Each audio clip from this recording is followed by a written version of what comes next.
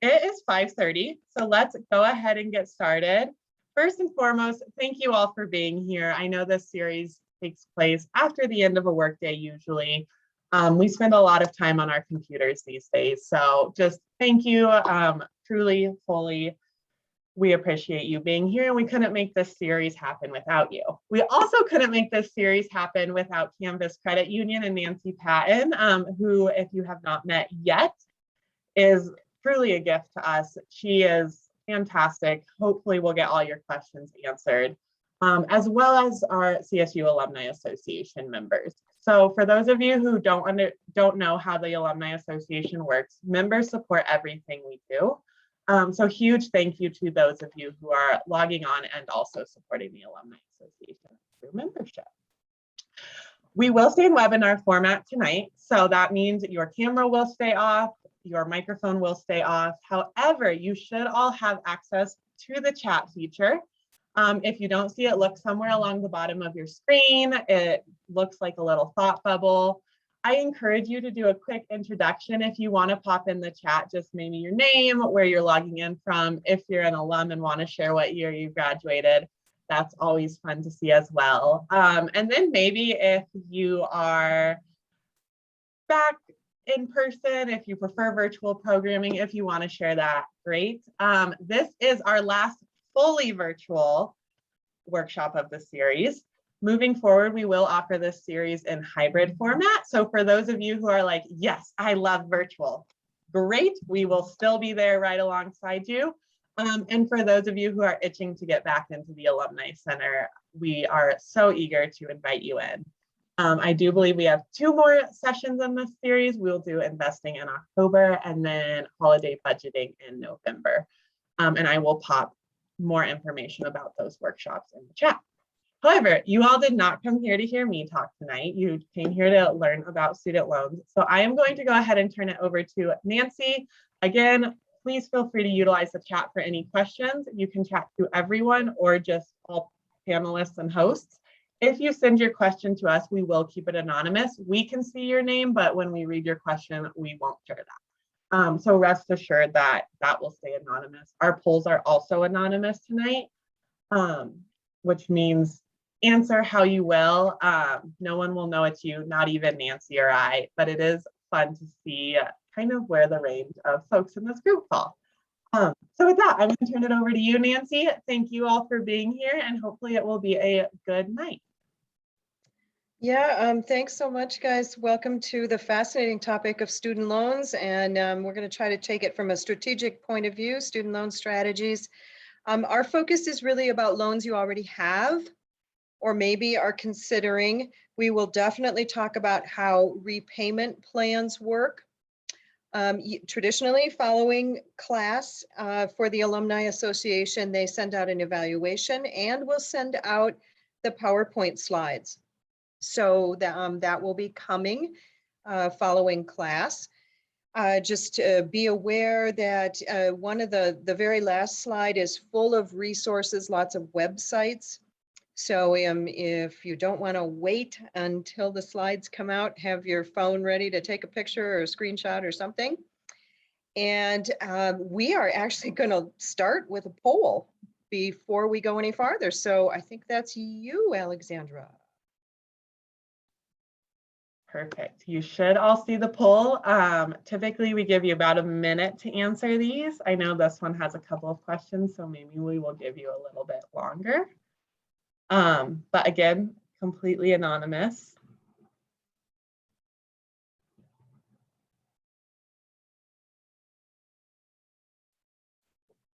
And while y'all are voting, I'll just comment that Canvas really values our partnership with CSU.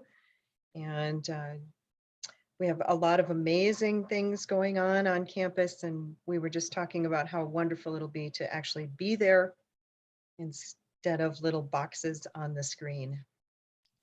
We are getting there. The world is opening slowly. I know we're eager, just as eager at CSU. So it looks like almost most of you have answered.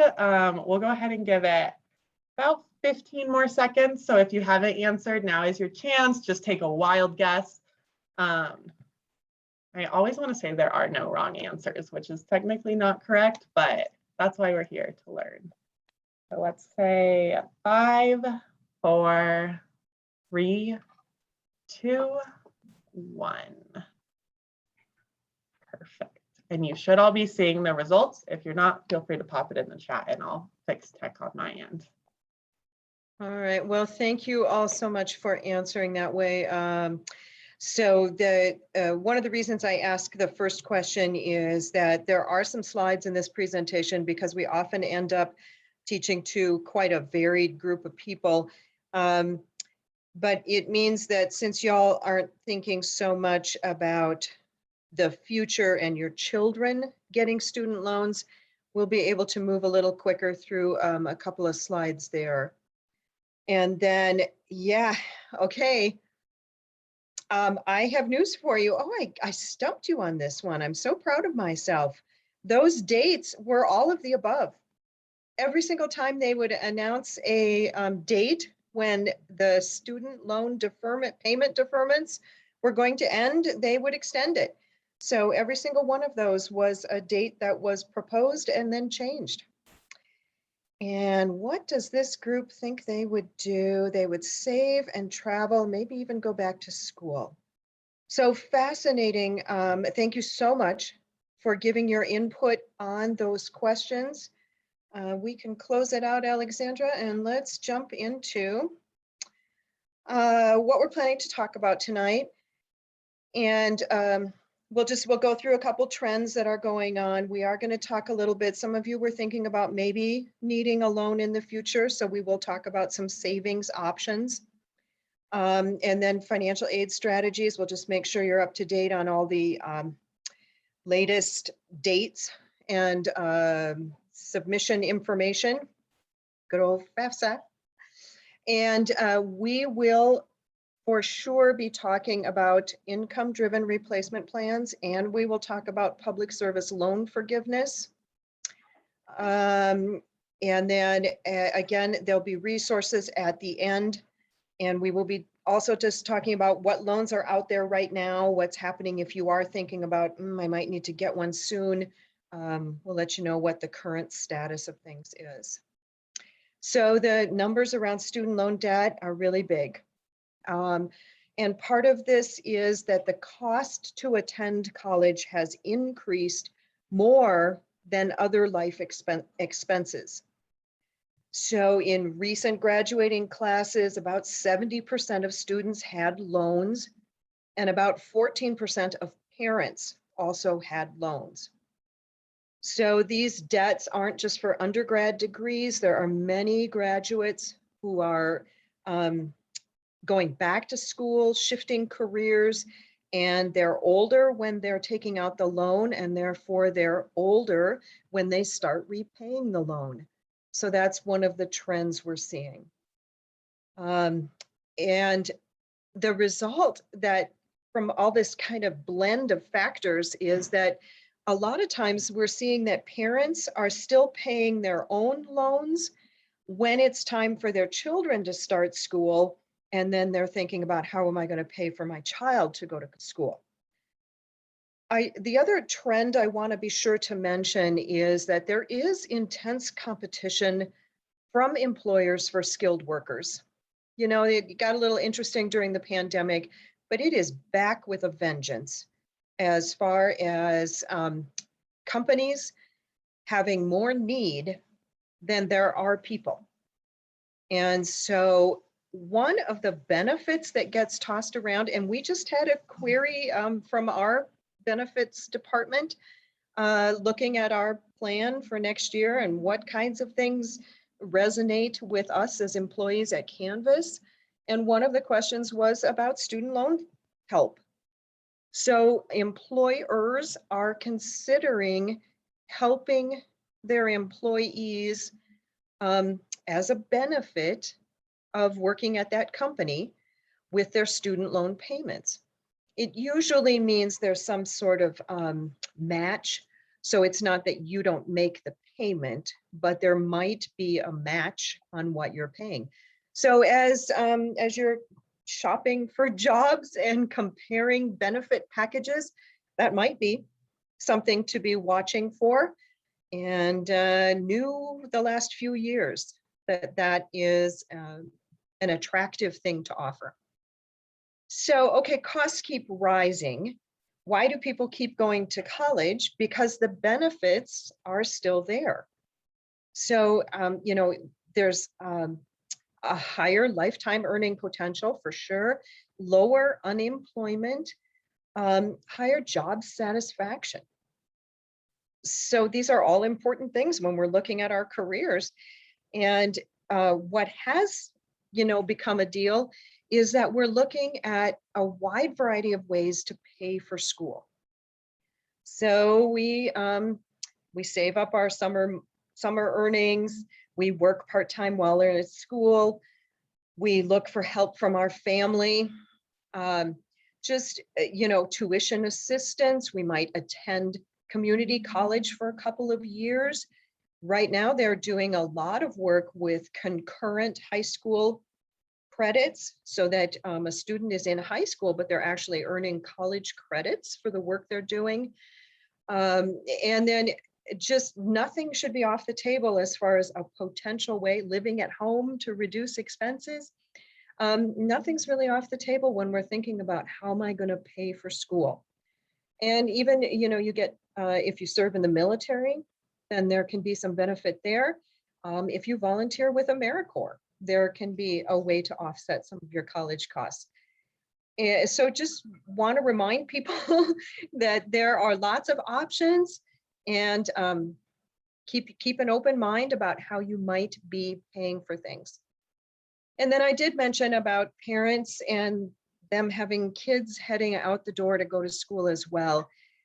Please keep in mind, if you are a parent, that it's not a law that you pay for your child to go to school. It's a very personal decision. Every family is unique.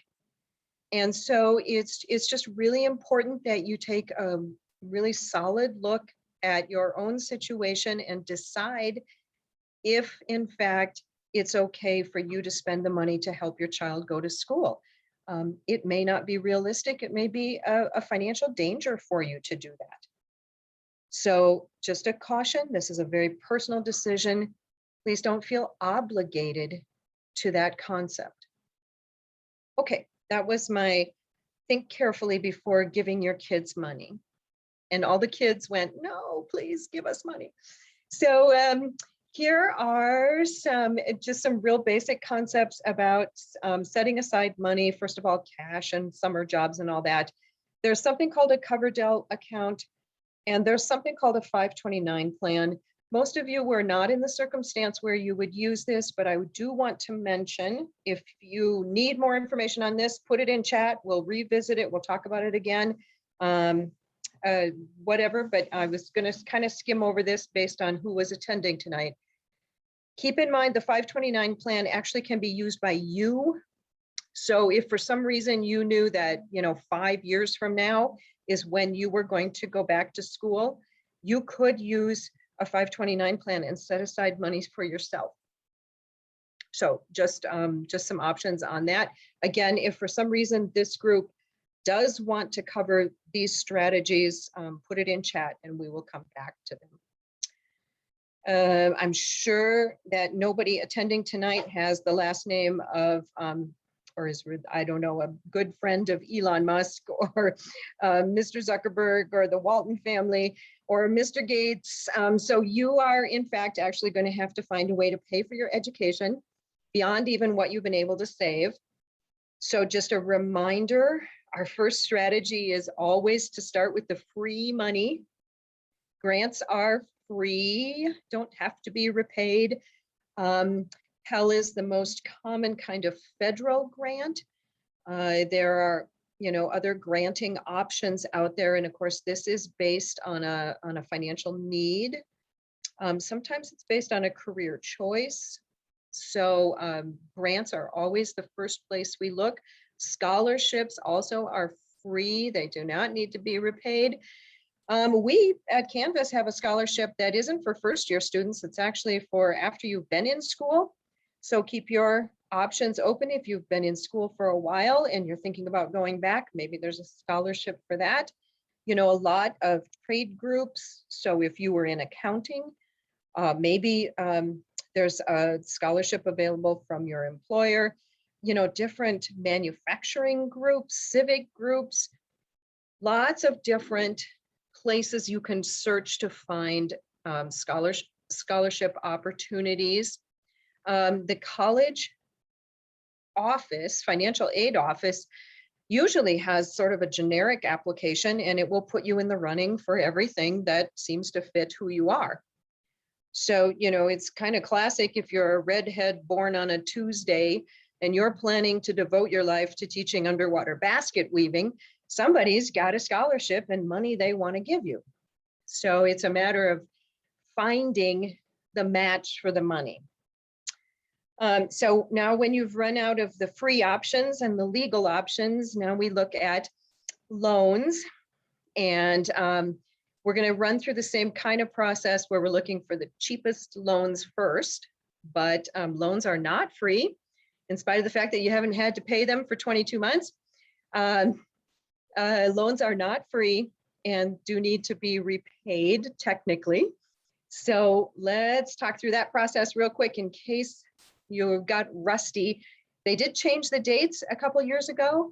So if someone's thinking about going to school in 2022, the application process through FAFSA opens October 1st of this year.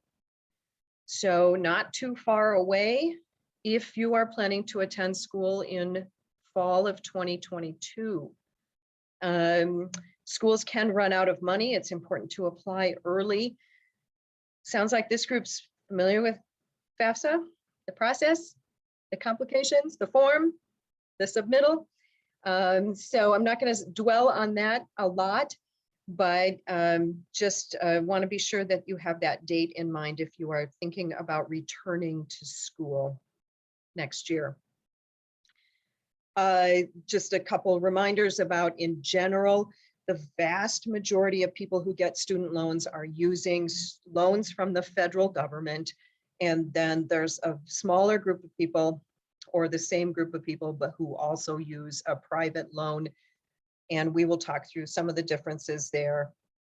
A good reminder in the back of your head always as you're looking at lending for student loans is, are you balancing the cost of the loan with the earning potential?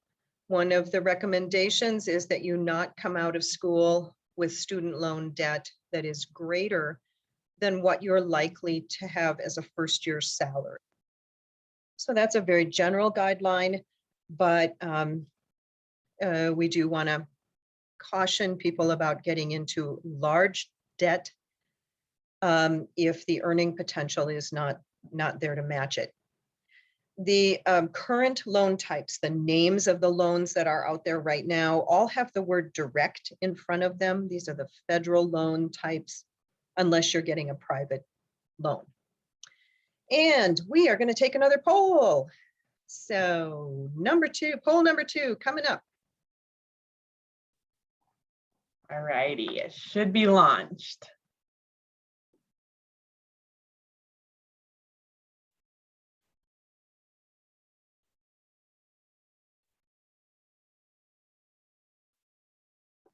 And then just a reminder, if you have questions along the way, if I say something that doesn't seem right or is confusing, please ask for clarification in chat. Alexandra is the chat master and can handle anything we put out there.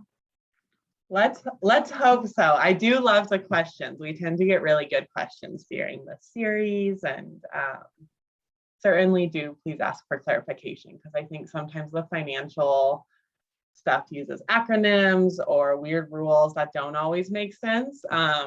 So if you have the question, chances are someone else does as well. We have almost everyone responded. We'll give you about 10 more seconds and then we'll share the results again.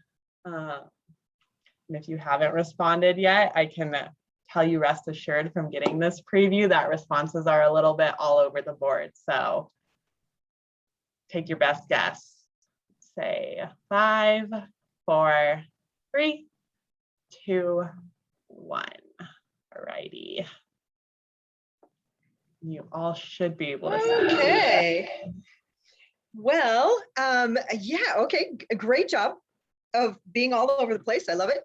So the lowest rate on a federal student loan at this moment is 3.73. And we'll talk in a minute about the other loans that are out there right now at 5.28 and 6.28. And 2.75 was last year's number. Last year, all the interest rates on loans dropped by about 2%. This year, they're back up by 1%. So across the board, all the federal student loans went up 1% compared to what was going on a year ago. And then the standard repayment plan for federal student loans is actually 10 years. So yeah, small majority, got that one right. And then maybe is the correct answer on the loan payments question. You would certainly think that if you made your loan payments on time, the loan balance would go down, but we will talk about why that may not be true. So thank you so much for answering those. And let's dive into all those direct loans that we just said were the current thing going on. If you were to get a loan right now, oh, by the way, rates change on July 1st. Every year, new rates go into effect on July 1st. So right now, 3.73 for the cheapest loans. Those are undergraduate loans, and they're this direct subsidized. When we start talking about graduate loans, your interest rate will go up. So take a look at the different kinds. You'll notice there for graduate or undergraduate, there's only one kind of loan that's available for a parent to take out. Some are based on the financial need. Some are not. Some have higher interest rates than others. All of the loans listed on the page, because they're direct federal loans, they're all eligible for income repayment plans, and we'll talk about those in a minute. And then there's some other notes there just about, you know, credit checks and the difference between different styles of loans. So remember, we're going to get grants, we're going to get scholarships before we get loans. When we get loans, we're going to get the cheapest one we can get before we move to more expensive ones. And these are all the government loans. Those parent loans, those are going to be the ones at 6.28%. And then your graduate direct unsubsidized, those are the ones at 5.28. So remember, undergrad loans are less expensive than graduate loans if that's going to be where you're headed. If you get a consolidation loan, they're a little confusing. We can't talk about rates on those because when they blend your loans together to create a consolidation loan, they blend the interest rates and they take into account the dollar figures. So if you had a large loan at a higher interest rate, that's going to influence it differently than if you had a large loan at a small interest rate currently. And then in putting those things together, it's a customized formula to come up with what your new interest rate would be. And then obviously it's the total of how many loans you're putting together. But so it's possible that you wouldn't put a low interest rate loan into a consolidation with some others because your rate might actually go up. So different reasons to consider the different loans. Some of it you're forced into because you're doing a graduate or you're a parent, or, you know, obviously undergrad, but just different reasons you choose the different loans. Private loans right now are running at interest rates anywhere from 3 to 12%. You can drop that interest rate a little bit if you go with a variable loan instead of a fixed rate, but it wasn't a lot less. And of course, that's going to change with the market. So private student loans are your last resort, kind of, as far as getting a loan. They may require a cosigner. They are going to require a credit check. And the interest rate traditionally is higher. So even when you start working with private loan companies, lenders, they're going to tell you, have you exhausted your government loan options? Because those are a better deal. Okay, that's the kind of loans that exist right now that you could get if you needed a student loan. This is kind of a flow chart of how it's supposed to work. In an ideal world, we would fill out our FAFSA form. We would get an award. We'd get our report that showed this is a summary of what you submitted. And then the school starts sending you letters and you make your decision. Yes, I'm going to go here. I'm going to take this much money in loans and in student aid.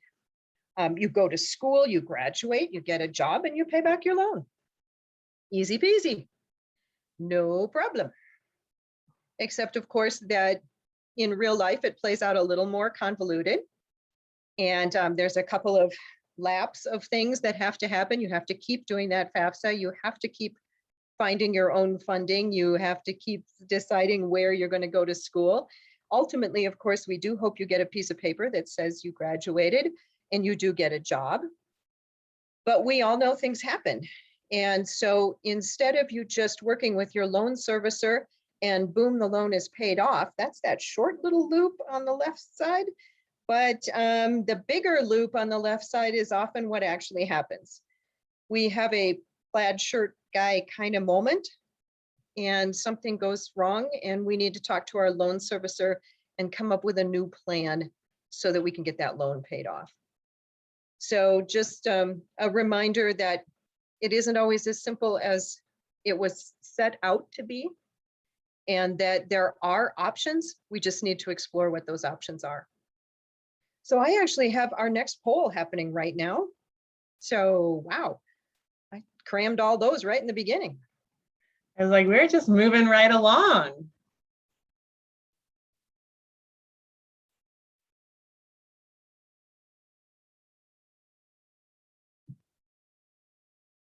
And we are indeed about to jump into all that fascinating conversation about income-driven replacement plans. And so if you need to get a cup of coffee, now is your time. All the good stuff is coming. Oh my. We're Public thinking service loan forgiveness, teacher loan forgiveness. More acronyms and initials than you knew existed.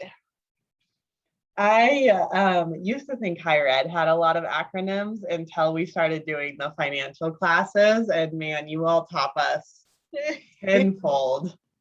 You know, it's such a funny, when you work in an industry, you just get used to all the acronyms, and then we've had to work very hard to be sure we're not throwing acronyms out without some definitions. So Yeah, no, that makes sense. And we have almost all of you have responded. So if you haven't, you have about 5 seconds, and then we'll go ahead and share the results again. So let's say 5, 4, 3, 2, 1. All righty. all right. Oh, nobody picked my silly answer of no sense lending dollars to students.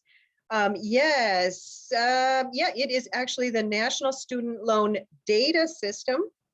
National Student Loan Data System, and we will talk about that in a minute. If you are not familiar with it, you should be. All right, and excellent. Most of you know who your loan servicer is if you have one, and so good. That's where those are good signs. All right, that's the awesome. So let's talk a little bit about the National Student Loan Data System. It does serve as a one-stop shop for everything related to your federal student loans. If you have private student loans, they won't be listed here, but all your federal loans are here. Balances, interest rates, who the servicer is, If you have questions about your federal student loans, this is where you go, and you'll see the scenario, see what the situation is. And then your loan servicer is supposed to be your first line of defense and help. And I've heard some stories that maybe they aren't all as wonderful and helpful as they should be. But they several years ago narrowed the field. There are only about 10 loan servicers. The top 4 names that you might hear are Nelnet, Great Lakes, Navient, and Federal Loan Servicing. So if you have one of those, you're in the top 4. But yeah, there are only a few loan servicers anymore, and they should be the place you can go to get information right away. But if y'all remember Plaid Shirt Guy, a lot of people experience a hiccup on the way to getting their loans paid off. And obviously during the pandemic, the government realized that people were going to have challenges paying their student loans. So there was a reprieve. I don't know if you remember those 6 dates, but they have kept extending it. It was just extended until January 31st of next year. So for the moment, no student loan payments are due, and we'll talk about a few more details related to that program coming up. But challenges happen anytime. Challenges were happening before the pandemic. And if you're just getting started paying back your loans, challenges are going to happen, and it's not going to be pandemic related, and there won't be a federal relief program in place. So you should just know that there are options available. And we're going to talk through how it's set up originally, and then the options that are available if you're having trouble. So if you remember, I asked you how long the standard repayment plan was. It is 10 years. The idea being you graduate, you get a job, you pay your loan off in 10 years, done. Okay. The good thing about that plan, that's what they automatically put you in when you graduate and are starting to make payments. That's the default plan. If you have trouble with that, there are a couple options available. There's no cost to make these changes. You just talk to your loan servicer. One of them is to extend the period. So instead of paying back for 10 years, if your loans are above a certain dollar figure, you can ask to extend the payment period. Now, that's going to raise the amount of money that you're paying in interest. Your cheapest option is to do the 10-year repayment plan, and to pay ahead if you can. But the extended plan makes a lower monthly payment, but it does add more interest to your loan. And then graduated payments, the concept here is that you're starting with a smaller payment in the beginning, and as the years go by, your payment goes up, your monthly payment. So if you have a payment, you'll make it for the first year. The second year, it's pretty low. After 2 years go by, your monthly payment increases, and you pay that amount for a couple years. And then the monthly payment increases again, and you pay that amount. So that's a graduated payment, and it's an option you can choose to get into, especially if you feel that right now your salary is kind of low, but you know you have the potential to see that salary increase over the next few years. And then consolidation loans put various loans together into a new loan. And so just remember that really, it's hard to predict what your interest rate is and all of that because it's so individualized about the amounts you're putting together. Okay, so those are the default plan, and then some other options that exist just out of the chute and you can ask for. And Nancy, I actually have a question back to the FAFSA for you, but I think it's a great question. Yeah. So do you have to report your parents' finances to FAFSA as a graduate student? And is there a way to not report your parents' finances because they're not paying for your school? As a graduate, I am not certain. And if anybody who is on the webinar, and if you have been in that position, have you filled out a FAFSA looking for graduate school money? and you were hoping to not include parental income. That's interesting. I don't know. And then we'll have a website, studentaid.gov is the actual federal website, and they do a pretty good job of just plain language answering questions. And I would guess that that was one that they should have some plain language around. So great question. I wish I knew the answer. I know, I was like, that's a good one. I do wonder if some of it's related to how your parents claim you on their taxes and stuff, because I have heard that as a grad student, you don't have to report, but I'm not sure. So definitely follow Yeah. Nancy's advice on the resources. Oh, okay. That's So a tricky yeah. one. And yeah, great question. Something now I'm gonna have to look up before we do the class again. And I will Okay. pop that website in the chat for you all now, but it will also be, I'm guessing, on the last slide. Yeah, and I mean, it's kind of the classic, if it's about student loans and you want the government position on it, here's the website, studentaid.gov. So, okay, let's talk about some other ways besides those other plans that you could get into. There are other ways to lower your monthly payment. So we are going to be talking about public service loan forgiveness. If you are curious about that, you need to know that you must be in one of these plans that you see on the screen, the income-driven repayment plans. You have to be in one of those in order to have public service loan forgiveness. Okay, and we'll be looking at that more in a minute.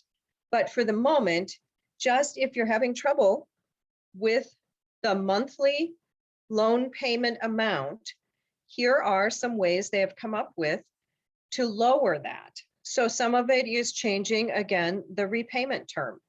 So you stretch out the length of the loan, which lowers your monthly payment. Okay. Now on these plans, you are going to need to submit information every year.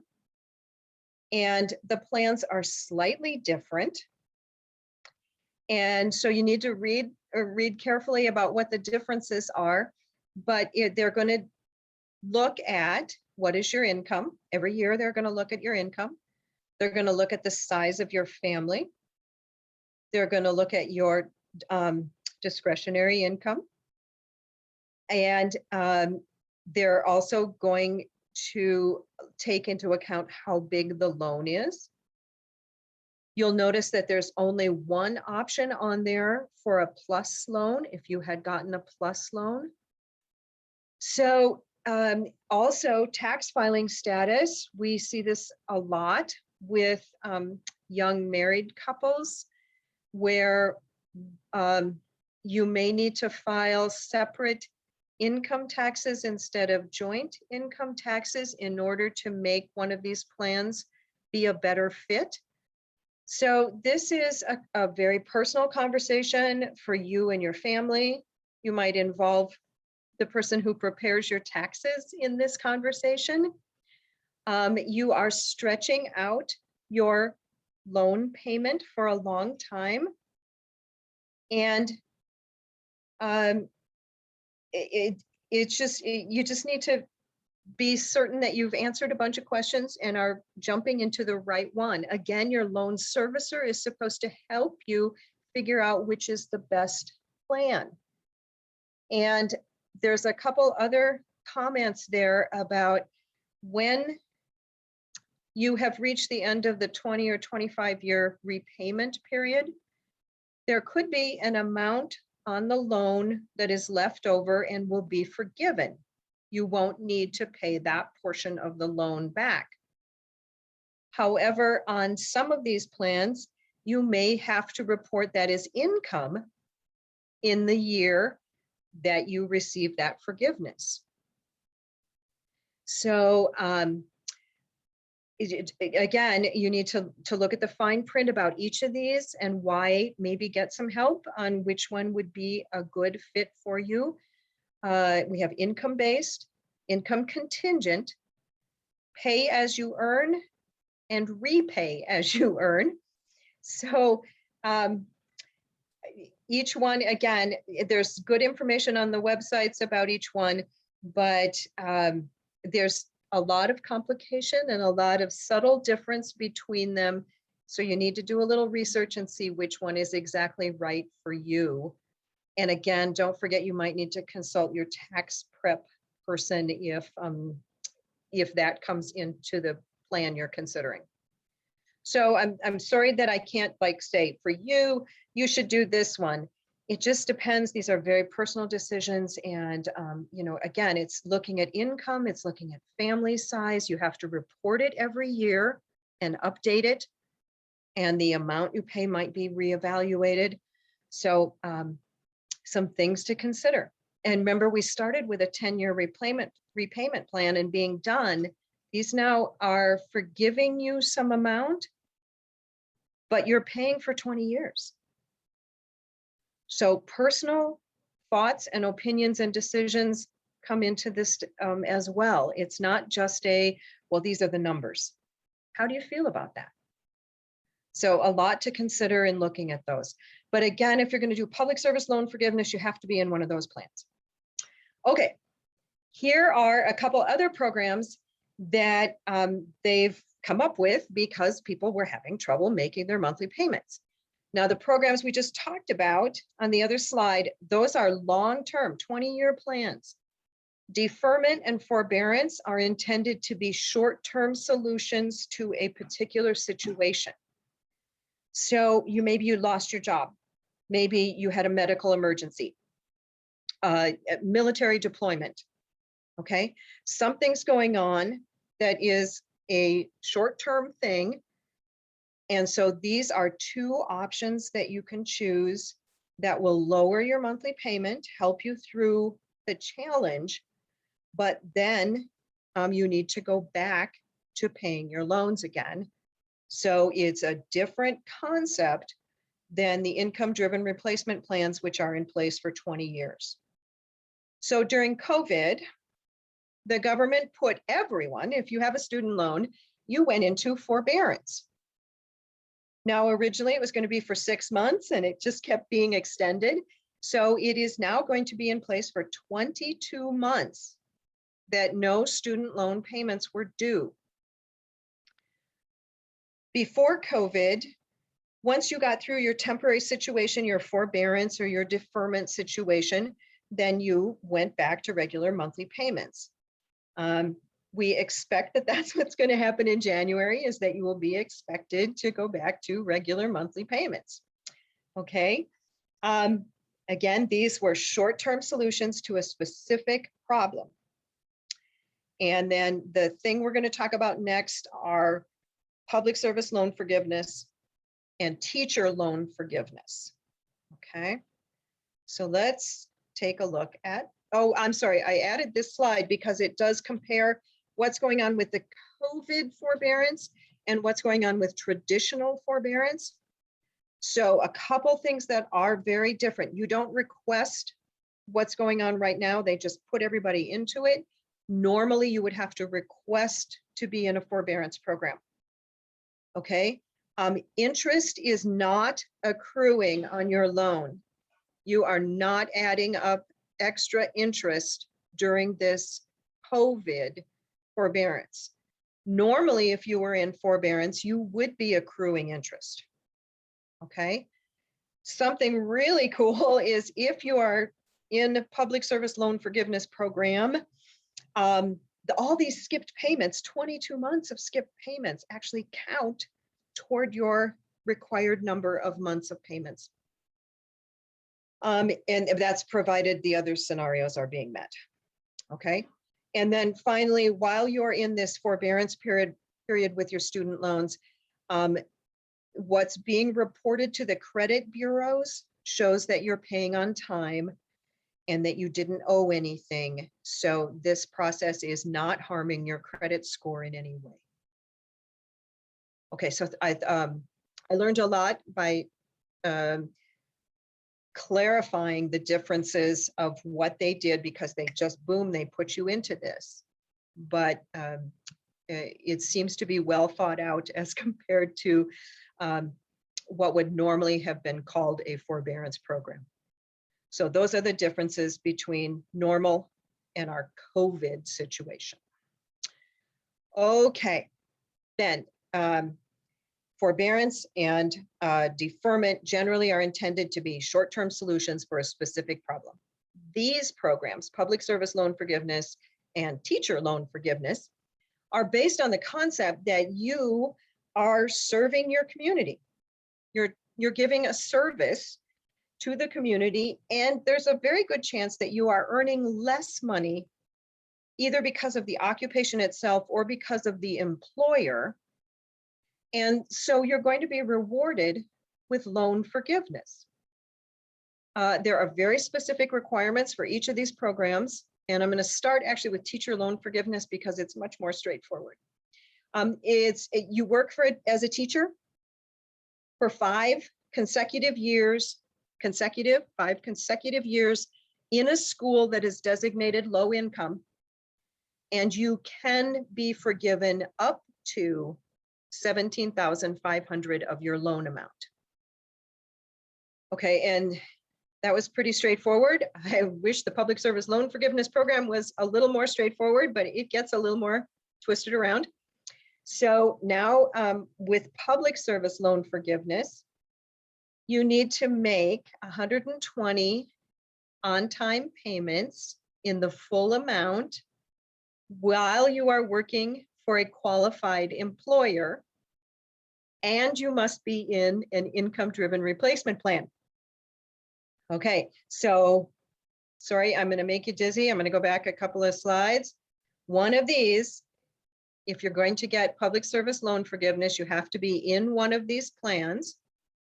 And then at the end of the 10 years of repayment, 120 monthly payments that were on time and were full and were while you were working full time for a qualified employer, then the amount of the remaining loan is forgiven. And it is not taxed under this program. So I want to clarify just a couple things. Let's talk about the 120 on-time payments. They do not have to be consecutive. So you could work 2 years for a qualified employer and then switch over to somebody who wasn't a qualified employer and make a few months payments and then decide to go back to a qualified employer and keep making payments until you have the 120. So you do not have to be consecutive, but there have to be 120 of them. Has to be on time, has to be the full payment amount. Qualified employers are nonprofits and government at every level. So you could work for a city, county, state, or the federal government. Nonprofits do not include specific kinds of nonprofits, and including the political realm.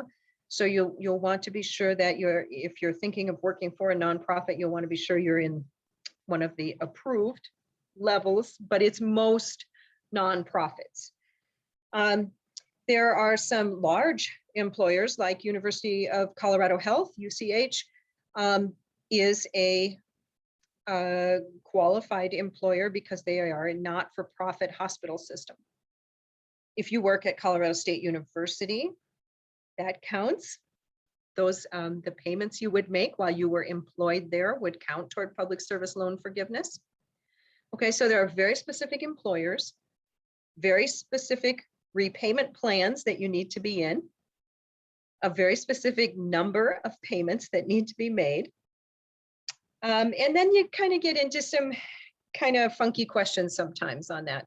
So we will just pause for a minute and see if anybody has questions about either of these loan forgiveness programs. Again, that student aid site, the information about the public service loan forgiveness is pretty big. And I think I'm understanding this question correctly, but if not, feel free to correct me in the chat.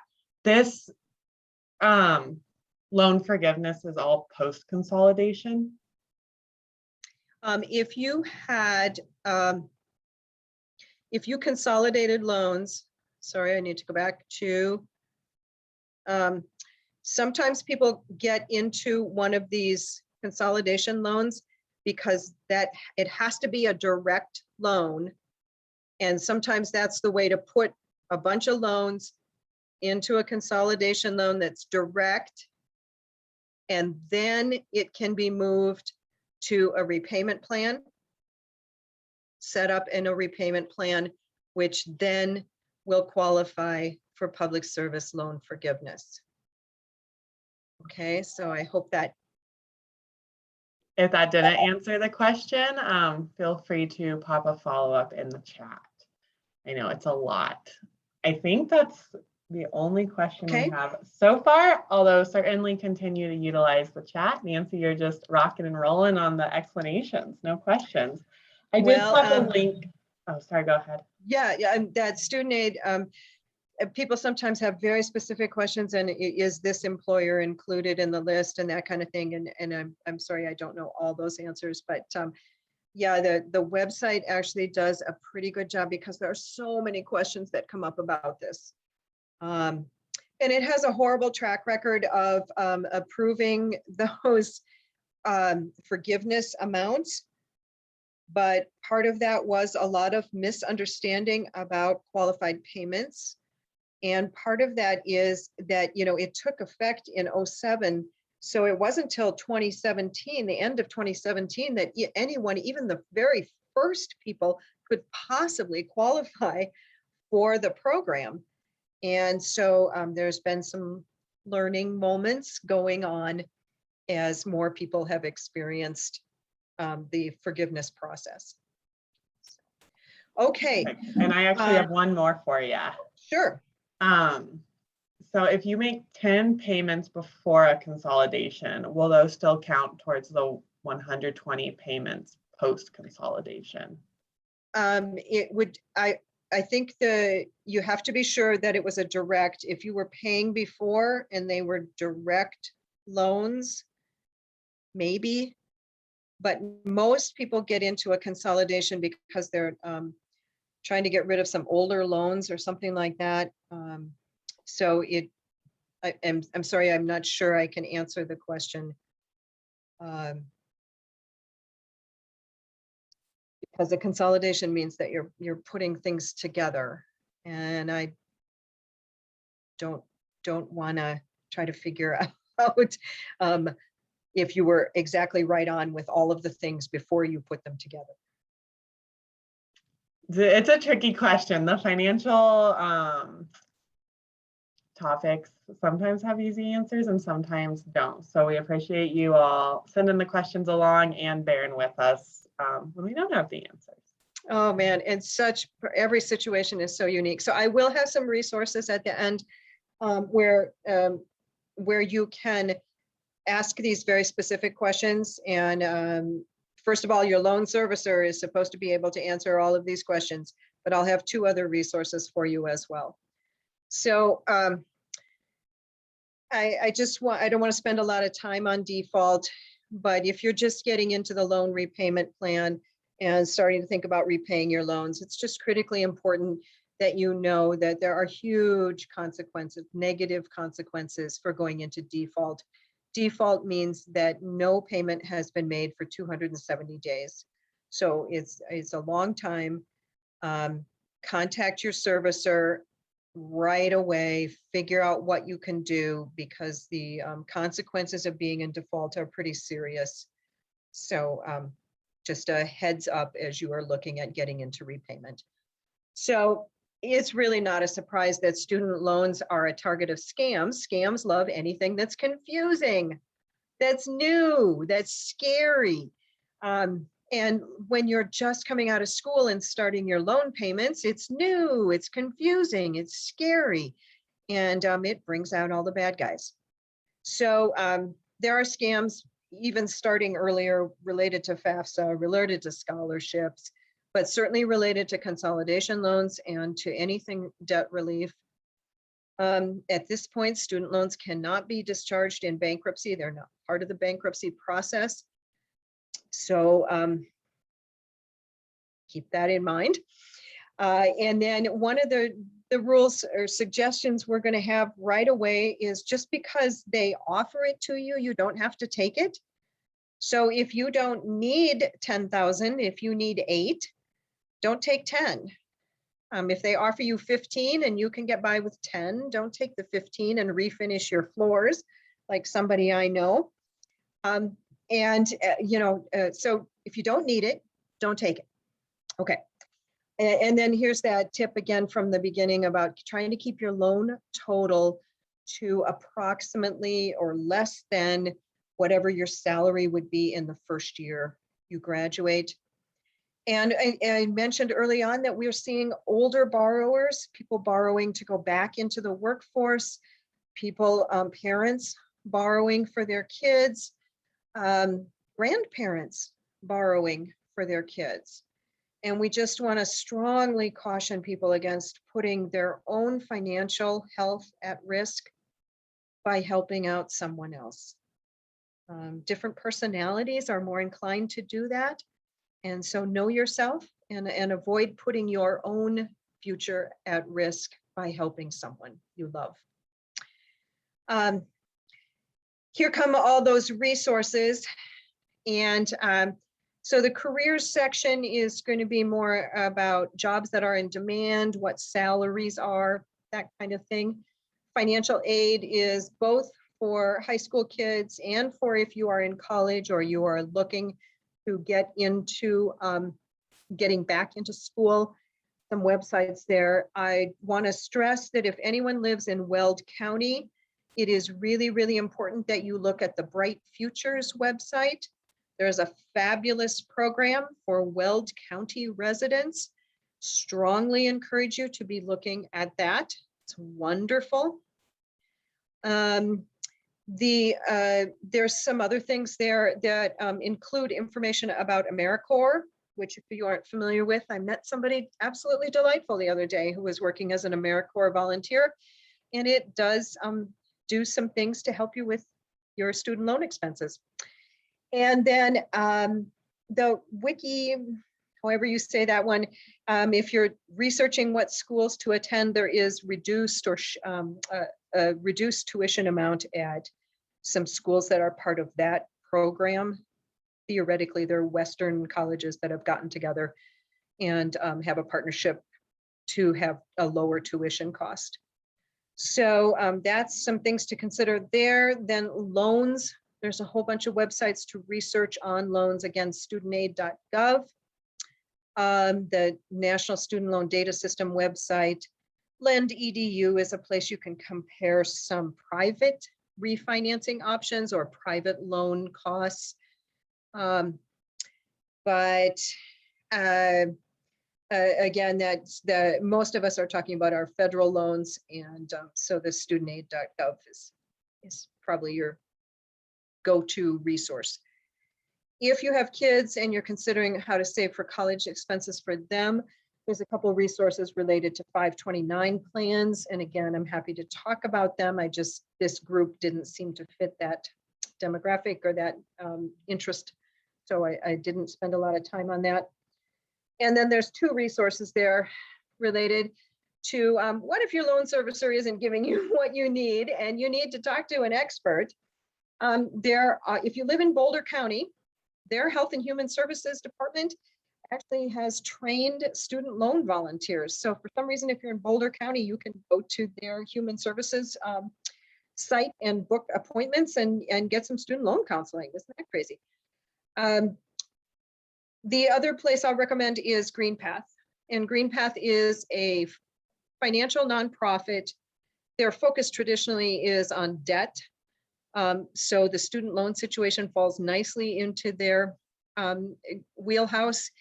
And they have trained counselors who can talk to you about these options. Again, your first choice is to start with your loan servicer, but here are a couple other options if you don't feel you're getting good answers from them. Many credit unions have a partnership with GreenPath, which will make meeting with them either free or low cost. So a trusted resource if you need to talk to someone about your specific situation. That's it. We made it.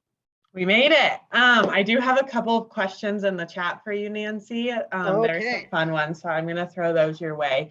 But before I do, I just want to say a huge thank you all to for logging on tonight and sticking in with us. We will send out the slides and the recording via email. That usually takes 3 to 5 days to turn around, but you should see those via email. I'm also going to pop in the chat a link to our Young Alumni webpage. If you want to join us in October for investing, we would invite you to. And then in November, we will be doing holiday budgeting. And if you didn't see it a moment ago, I also popped a survey in the chat. The survey is how we determine topics moving forward. So when we think about all the fun that we will be having in the spring with our Young Alumni series, it's folks like you that will help us determine those topics now. So if you'll take a moment to fill that out, we would greatly appreciate it. But continue to ask questions in the chat. We'll get those answered over the next half hour or so. And if we run out of questions, we'll go ahead and wrap up early. But again, thank you all for being here. Nancy, just so I don't miss thanking you, you are always wonderful and so appreciate your time and expertise. This is where an in-person room is fun because I could say a round of applause for Nancy, but let's just imagine everyone clapping. Well, is that August? Yeah, I'm in the office today. August is my pup, so she is not here. She wishes she was. However, okay, I'm gonna dive into the questions. So if a person dies, does their debt die with them? With student loans, oh, I believe I have been asked this before and I do not remember. It is possible that that is true because I'm sorry, I cannot say for certain. Perfect. I can try to find the answer for that as well. Yeah. Regarding the FAFSA question, for those still on, if you didn't see, I did pop a link from studentaid.gov regarding when you do and do not have to report your parents' income. So we can definitely see how debt dies or lives on. We'll see what we can find. The next one, if the rumors come true that Biden may one day forgive Okay, loans. I'm sorry, I have the answer. So the federal student loans disappear. But that was my caveat is I think if you have a private loan, that might be a different situation. Okay. So if you are a parent and your student dies, if you had a Parent Plus loan and your student dies, or if the borrower of a federal loan dies, then it's discharged. Again, your private loans may be a different scenario. And that actually leads quite nicely into our next question. So if the rumors come true that President Biden may one day forgive loans, that would likely just be federal loans, not private loans, correct? Absolutely. Absolutely. Yeah, they have no control. Right now, when you get a federal student loan, you are borrowing federal money. And so they have the ability to make rules and programs and processes around that, but they have zero control over private lending. And then where does Fannie Mae fall? Is it private or federal? That's a private situation. So like, and Sally Mae is, I think actually the student loan version. Fannie Mae usually is housing. But at Canvas, you could apply for a student loan from Canvas, and we would work through the Sally Mae program to give that to you, but that would be a private loan. If it doesn't, at this point, if it doesn't say direct, it's not a federal loan. Okay. And then could you touch on what is the major pros and cons between a 529 plan versus a life insurance policy? For example, what Gerber offers. Yeah, so it depends a little bit on the situation you're in, the income bracket, what your goals are, how you feel about the stock market, all of that kind of thing. So there were some financial advisors who were suggesting that a life insurance plan might be a better solution than a traditional 529 plan. The 529 plan is going to be tied to stock market activity. 529 plans come in two forms. One is a prepaid tuition. You are actually saying, my student will go to Colorado State University and I'm getting the Colorado 529 plan and I am prepaying their tuition at today's rates. There's another one. So, and I'm sorry, so that one's a little different than the stock market plan. The other one is a growth plan and you put money in and it grows with the market. Okay. Most states have a 529 plan and they come in those varieties. When you get a life insurance policy, it's set up to do some slightly different things. And you would need to talk both to the insurance agent and I would highly recommend you talk to your CPA about whether that's a good option. There are, again, it was proposed as a way to fund college. And I will just say there are mixed views on whether that's a good idea or not. I love that we just get a bounce from one topic to the next in this question and answer part. Could consolidation ever allow for a private loan being turned into a federal loan? At this point, no, not an option at all. I knew one. Is there any way to turn a private loan into a federal loan? No, not at this time. I don't expect there ever will be. Private loans are in the business of earning money. Mm-hmm. Federal student loans were designed to raise the community boat. And yep, private loans are there. I mean, it's nice that we help you, but private loans are a source of income for somebody. Mm-hmm. Yeah. Alrighty. Are there scholarships for repayment too? No, scholarships are going to be related. Usually a scholarship actually pays the school directly. And so when you get a scholarship, you don't really get the money. The grantor pays the school. So not so much. Now, I want to circle back just for a second on private student loans. You can refinance private student loans. If for some reason, you know, the market has changed a lot, you got a private student loan at a high interest rate. And right now, private student loans are at pretty low interest rate and you have a great credit score. You can certainly refinance them. You just can't turn them into a government loan.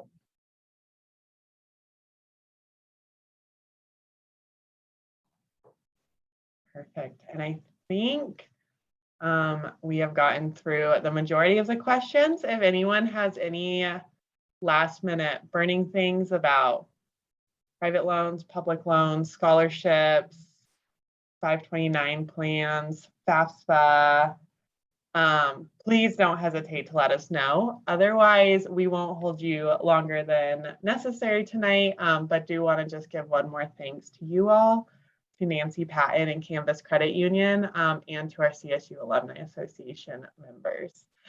We will get you the slides and recording as quickly as we can. And in the meantime, have a wonderful week and go Rams.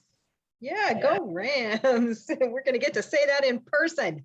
Go Rams. I am so excited. And sing Sweet Caroline and yeah. And the fight song and all the good things. Nancy, this is, I'm going to let you take this question. If they have future questions for you, who would be the best point of contact at Canvas? Is it you, someone else? Yeah, you want me to throw my email in chat? I'm Nancy P at Canvas. I can type it And- out for you. Yeah, you're typing faster than I am. Probably.